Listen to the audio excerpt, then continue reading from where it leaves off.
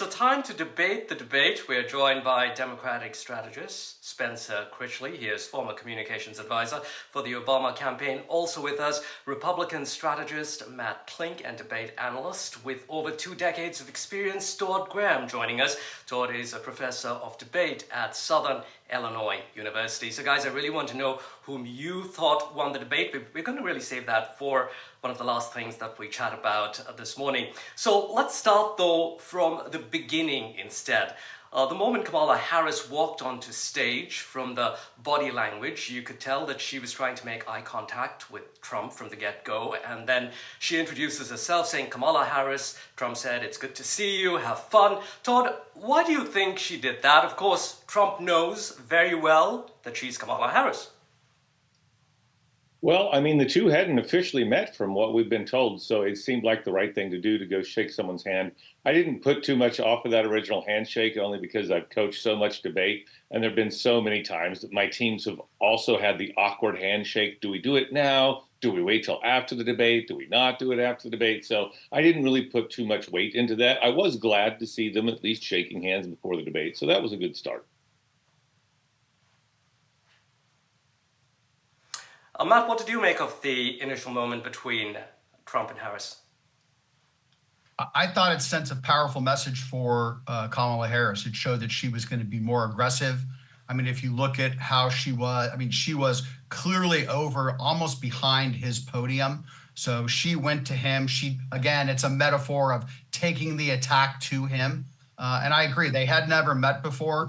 And I mean, look, it wasn't as awkward as it could have been, put it that way. So I think it's a great way for her to start. It certainly eases any anxiety that she has by immediately making contact with him, to know that he's a real living flesh and blood person.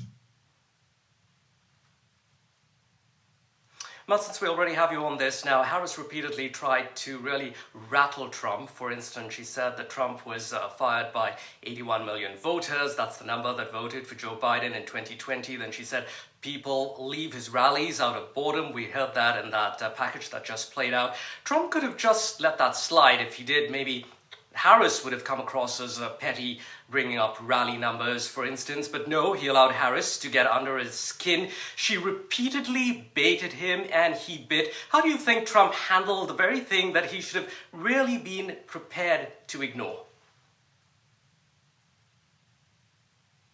You know, I think that was one of what were probably a few key objectives that Kamala Harris had going in. One being to introduce herself to voters who have not learned much about her in the past. Another, to contrast herself with Trump on a policy basis. But a third, to do exactly that. Trump's emotional instability is well known to people who have been paying close attention to politics. And of course, she knew that if she poked at his famously sensitive ego, it would quite likely destabilize him, which is exactly what happened. I actually don't think Trump is capable of controlling his impulses there. He's demonstrated that repeatedly, not just during his time in politics, but throughout his time in public life as a well-known but famously emotionally volatile businessman.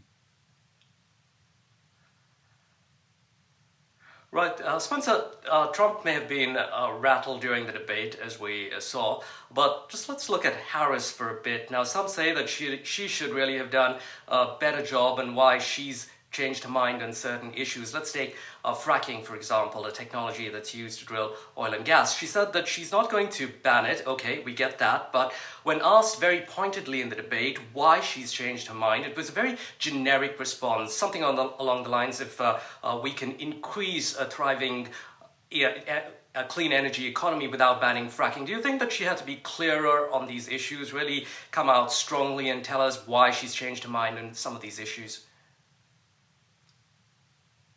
Well, yes and no. I would lead by saying that actually being consistent on policy, or having any kind of coherent policy, I'm sorry to say, really doesn't matter all that much to most voters, even those voters who think that it does. Most people who do care about policy care about how that policy feels as presented by the candidate. And if a candidate, especially in a compressed format like a debate, on the national stage, as we saw last night, gets into the details of describing why she changed from one technical position on policy to another technical position on policy, you will lose the great majority of voters within the first couple of sentences out of your mouth. So I think that in general, she's doing the right thing politically not to get drawn into that kind of technical discussion, especially when she's explaining a change in her own position. There's an old saying in politics, if you're explaining, you're losing, no matter how good the explanation is. But all that said, one thing I think she could do a little better is when challenged on something like that, don't give, as you describe, a fairly general answer, which I think she did. Use it as an opportunity to make a positive statement of what you do stand for. You can almost always turn it into a positive statement and an honest statement of what you do stand for. And of course, you can acknowledge that, yes, you have changed your mind on this subject. And I think voters would appreciate the authenticity of at least a passing comment like that on the way to, as I say, seizing the framing of that question and using it to make a positive statement on your own behalf. Todd, as a debate expert, what do you think about how Harris handles some of her flip-flops on the debate stage? I wasn't really concerned about the flip-flops, and I don't really think that people at home were too concerned about that either. Harris just needed to show up on the debate stage last night and basically not be Joe Biden. Trump is trying to tie Harris and Biden together and find some, negative things about Biden's presidency. But the problem is a lot of the stuff Biden got accomplished was fairly popular. It's just that Joe Biden wasn't popular. So Kamala Harris needed to come on stage and not necessarily focus on the policy aspects as much as most of the guests are saying. She just needed to get the feels out, right? Because Joe Biden, he might have technically beat Donald Trump in the debates 4 years ago, but didn't really feel like it, right? You couldn't walk away from that and go, that was obvious. And the same thing with Hillary Clinton in 2016. So I think last night that it was a successful debate for Harris. If she walked away and went, yeah, that felt good, I got to do that. And she was doing an excellent job of that. The one thing I would point out is I just call it anything she could have done better? Trump. Oh, yeah, of course, she could always do a couple things better. I don't like how she organizes her answers. I think you got to start by answering the question first and then going back into attack. So I think if you have the same, and the other thing she should always do is repeat the question out loud, because then you can remind everybody, oh, by the way, and that was the question, but Donald Trump was talking about these things instead. So, yeah, there's a couple of things she could have done to get a little bit better. All right, Matt, now, some of what Trump said, honestly, struck me as a bit far-fetched, even if the points he was making had, let's say, wide resonance amongst voter bases that he appeals to. Now, the whole thing about immigrants eating their pets, this kind of messaging will, to me, do nothing for moderate swing state voters who he should have really been targeting. Do you really think that was perhaps a missed opportunity on stage last night?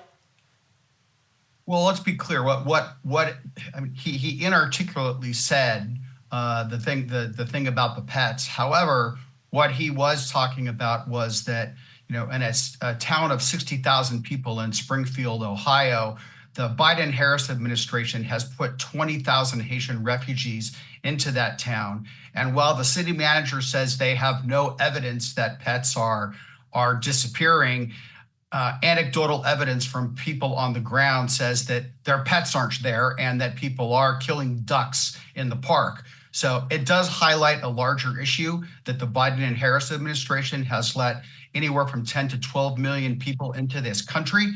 Most of those 10 million people here illegally, we have no idea who they are, and we have no idea where they are. So, I mean, look, I wouldn't have said that current example. It's exploding all over the internet. It was before the debate. It will after the debate. Actually, some of the memes are quite funny, but it does highlight the problem that Mrs. Harris has with the border, and that immigration in America is now a national issue, and it's a loser for the Democrats because every community is negatively affected by illegal immigration. Spencer, would you agree with that? No, I think it's this is a case where one could get into a technical discussion of immigration policy and miss the big picture. The big picture here is that Donald Trump has always made a practice of describing immigrants in terrifying terms, in terms like poisoning the blood of our country, terms that are literally reminiscent of Nazi Germany. There is a long history of this. It goes back many centuries of people targeting outsiders. This is the history of anti-Semitism, for example. But we unfortunately see it in countries around the world where there'll be one group who depicts another group as invaders and subhuman. And that is the big obvious point that has been at the center of Donald Trump's political career since he was spreading the birther conspiracy lies about Barack Obama. He was the birther in chief, as he was described back then, obviously trying to make people afraid of this black man with an African sounding name, launching his campaign with a description of rapists and murderers supposedly flooding across the border from Mexico and elsewhere to the south. At the same time, Trump and his allies have no problem, apparently, with immigrants like me, for example. I immigrated to the United States from Canada, originally from Canada and Bermuda. Apparently, there is no problem whatsoever with immigrants like me, and the reason for that is obvious. We can have an intelligent discussion of immigration policy, and there are solutions to the security challenges at the southern border, which are real given the flood of asylum seekers. But Trump has shown not only no interest in solutions, but he's actually rejected one of the toughest border enforcement measures anybody has ever seen because he thought it would damage his chances politically, because it's more valuable to him to exploit this issue without doing anything to try to solve the problem. All right, do stay with us. We have lots more to talk about, but let's take a look at calls for a rematch less than an hour after the presidential debate ended. Harris called for another debate with Trump. Harris's campaign quickly sent out an email praising her performance and criticizing Trump's responses and demeanor. Donald Trump quickly responded, stating that the Harris campaign was only asking for a rematch since they lost and that the Trump campaign will consider the request. Matt, as a Republican strategist, would your advice be to Trump and the Trump campaign that they should perhaps push for another debate, maybe on Fox, which Trump feels would be perhaps more balanced towards him? Look, I think that the American people are, I'll take off my partisan hat for a second. I think that the American people deserve to see the two candidates for the highest office in the land be on stage together, not just once, but multiple times. The challenge here is that the devil will be in the details. You know, the Trump campaign agreed to 2 debates when Joe Biden was the candidate on CNN and ABC. I think that they would want to press for a little bit more closer to center news organizations, certainly than ABC and CNN. The problem is that, will Harris agree to that? Unlikely. But you know what? Leaving politics aside, it's best for the American people to see their 2 candidates side by side. I think last night that Mrs. Harris got the better of Mr. Trump, and all the more reason why they deserve another opportunity to see if this is a one-off or if she can consistently beat him. So I hope that it happens. Let's put the pettiness aside, and I mean, maybe we have multiple anchors from different stations. I don't know, but it needs to happen. Todd, you would agree with that, because I was listening to one of your videos as a debate expert where you stressed the real importance of having more than one debate. Americans need to know more from the candidate. Just give us a quick, very brief explainer as to why this is so important for the American public to have a second or perhaps a third round. Well, it starts with the moderators. Generally, the moderators aren't going to do the same job from one debate to the next. And I think if you just simply improve moderators, you improve the debate usually. But the reason I like having a series of debates is because in debate number 1, they could talk about issues like the economy and inflation, but they probably won't get very deep. In debate number 2, you can literally pick up where you left off and say, all right, in that last debate, we talked about inflation, and what exactly was your plan again? And then you can go deeper and deeper. Famously, when Mitt Romney was running for president, I think he had 22 debates that year, and Mitt Romney was the best debater debater I've ever seen from start to finish. He was very consistent, but it's because he was able to use previous debates information in a current debate that he was in. And that's why I like seeing more than one debate, is because you can build on that, and you really do know if somebody has a plan, has a solution, etc. After a couple debates, you've got to know. For example, in this debate, Donald Trump, when asked 3 times on the same question, do you have a plan to replace Obamacare? He finally came out with an answer, which I'd not heard in a debate yet, which was, I have concepts of a plan. It's that kind of thing that we can get out with repeated questioning of the same thing, of the same topic. Okay, we have basically 20 seconds here, so I want to get your take on who won. Just a yes or no quick answer here. Matt, who do you think won? Was it Trump or Harris? Kamala Harris won, but like most presidential debates, it's not going to make that much of a difference in polling. Okay, Spencer, what did you think? I think it's clear that Kamala Harris won. And of course, you won't find Todd, anybody disagreeing with that. Neutral debate expert, your take. Yeah, you won't find many people disagreeing with that. You've got to tell the Harris. truth. Thank you very much, gentlemen, for joining us here. Thank you so much. That was Matt, Spencer, and Todd joining us here on NDTV's US Election Watch.